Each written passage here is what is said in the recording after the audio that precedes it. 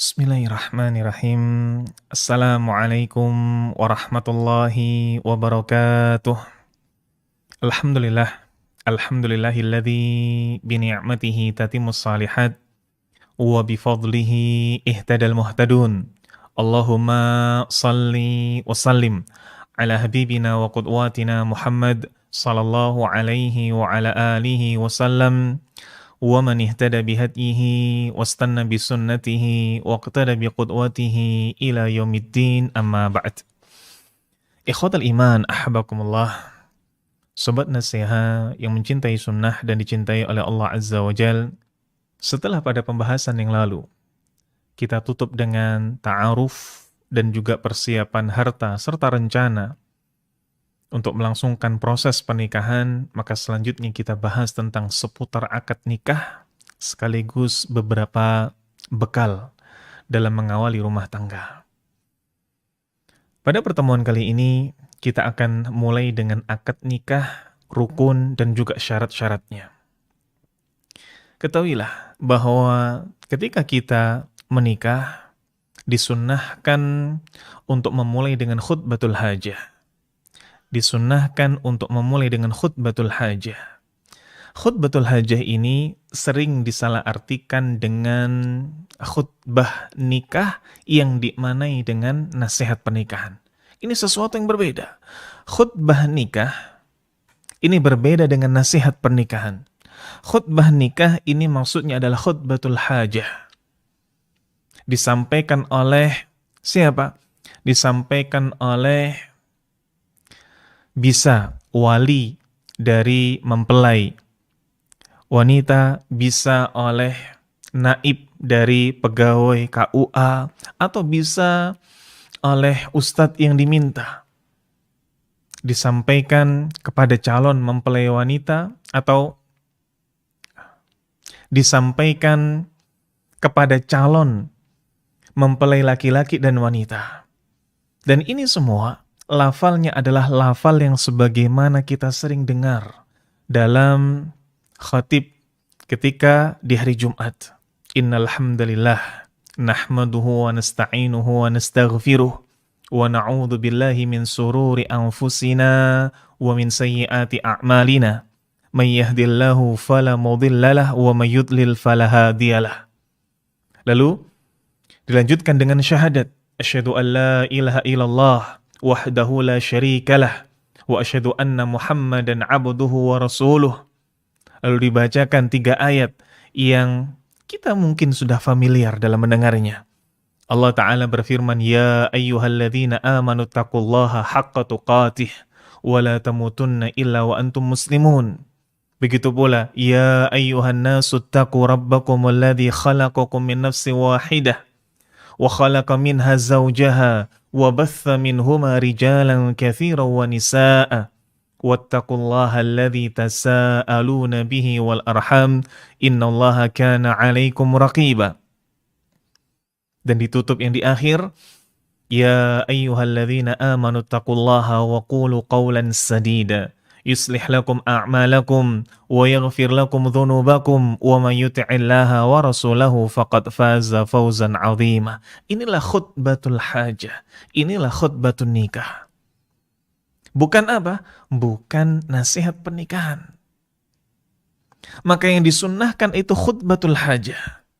Yang termasuk dalam sunnah Nabi saat akad nikah adalah khutbatul hajah. Adapun nasihat pernikahan, ini ziyadah saja, ini tambahan saja.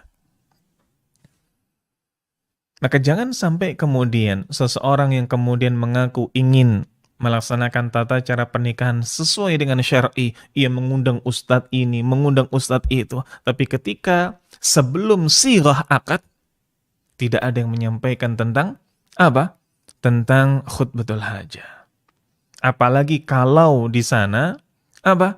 Kalau di sana nikahnya nikah sirri, dalam artian nikah yang ia tidak dicatat resmi oleh pemerintah, atau nikah yang wali wanitanya langsung ingin bersalaman dengan mempelai laki-laki. Kalau itu adalah naib, petugas KUA, maka insya Allah mereka sudah tahu. Rata-rata mereka pasti akan membacakan khutbatul hajah ini. Tapi kalau kemudian kita mengatakan, sudah biar saya saja yang menikahkan putri saya saja yang menikahkan anak gadis saya. Seringkali dia lupa untuk membaca khutbatul hajah ini. Ikhwatal iman, ahamakumullah. Ini tentang hal yang disunahkan saat akad nikah. Adapun rukun akad nikah ada 3. Rukun akad nikah ada 3.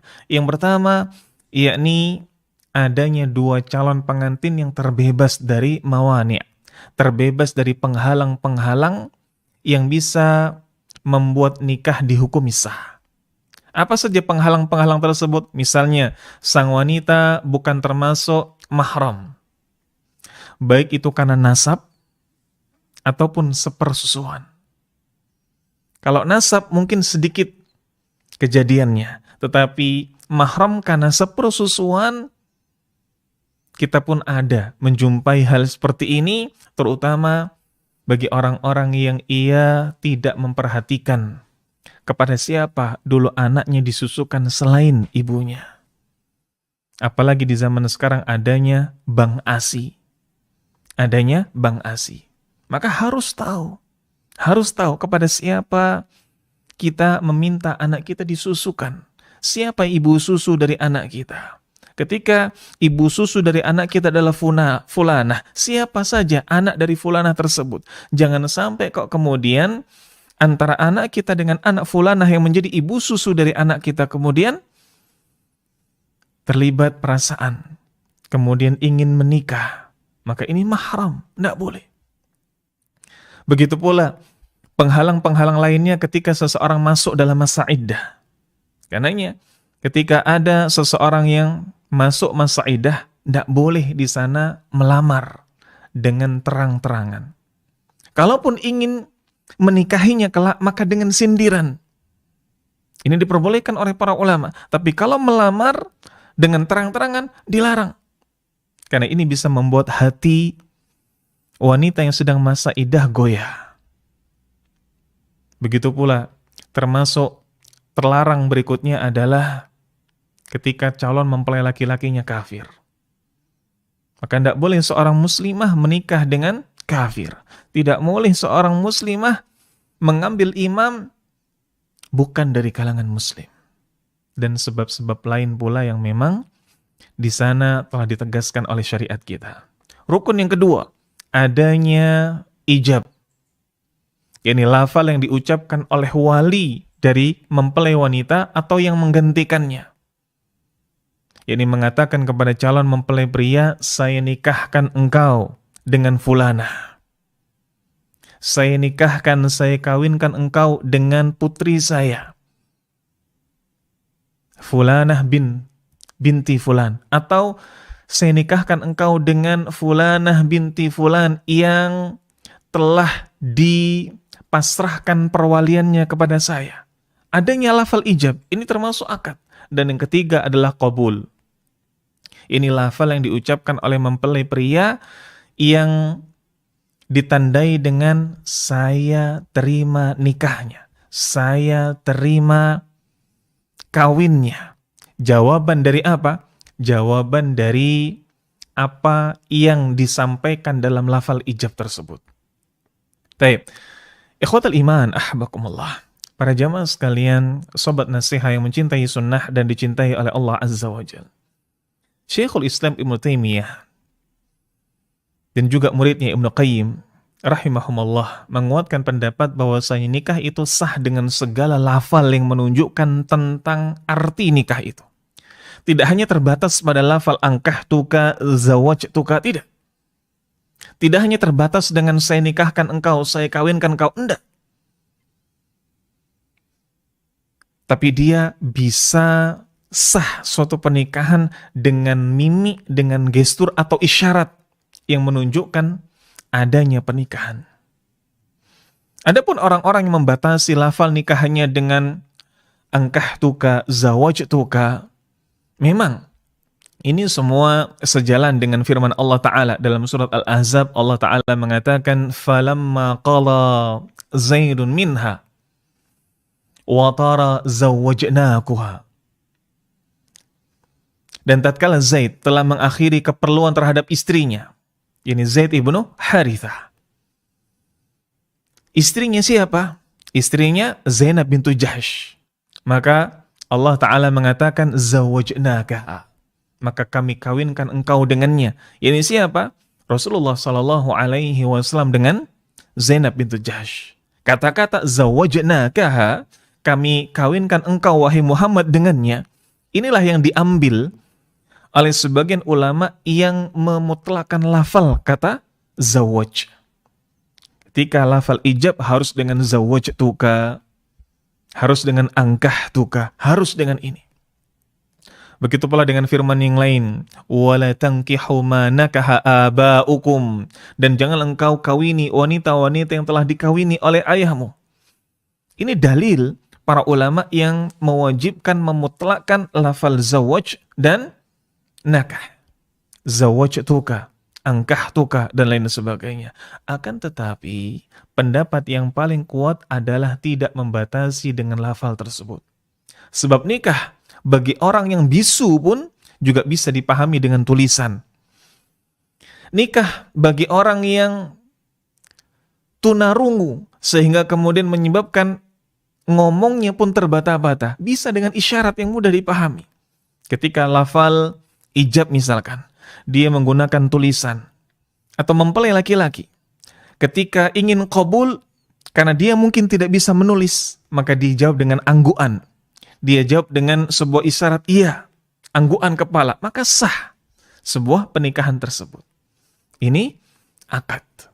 Adapun syarat-syarat sahnya suatu pernikahan itu ada 4. Kita sudah bicara sunnah yang sering ditinggalkan, yakni khutbatul hajah. Kita sudah bicara tentang akad, maka berikutnya syarat. Apa saja syarat sah nikah itu? Ada 4. Yang pertama, yakni adanya kejelasan, ta'yin. Masing-masing dari kedua pihak mempelai tidak cukup hanya mengatakan saya nikahkan engkau dengan anak saya. Tidak bisa. Misalkan wali mengatakan, wahai fulan, engkau saya nikahkan dengan anak saya. Padahal wali ini dia punya banyak anak perempuan. Maka tidak ada jelas. Dinikahkan dengan anak perempuan yang mana? Yang barep atau yang ragil? Maka harus ada ta'yin. Harus ada kejelasan dengan siapa. Ta'yin ini bisa dengan penyebutan nama atau dengan sifat yang sifat tersebut berbeda dengan yang lain. Kalau sudah nama, maka ini termasuk ta'yin. Saya nikahkan engkau dengan fulanah binti fulan. Namanya jelas. Atau ketika tidak dengan nama, misalkan anaknya ini punya julukan tertentu. Anaknya ini punya julukan tertentu. Misalkan anaknya dijuluki dengan apa? Anaknya dijuluki dengan kembang desa. Dan di desa tersebut, ketika disebutkan kembang desa, pasti menyebut fulanah. Maka ini bisa disebut dengan ta'yin.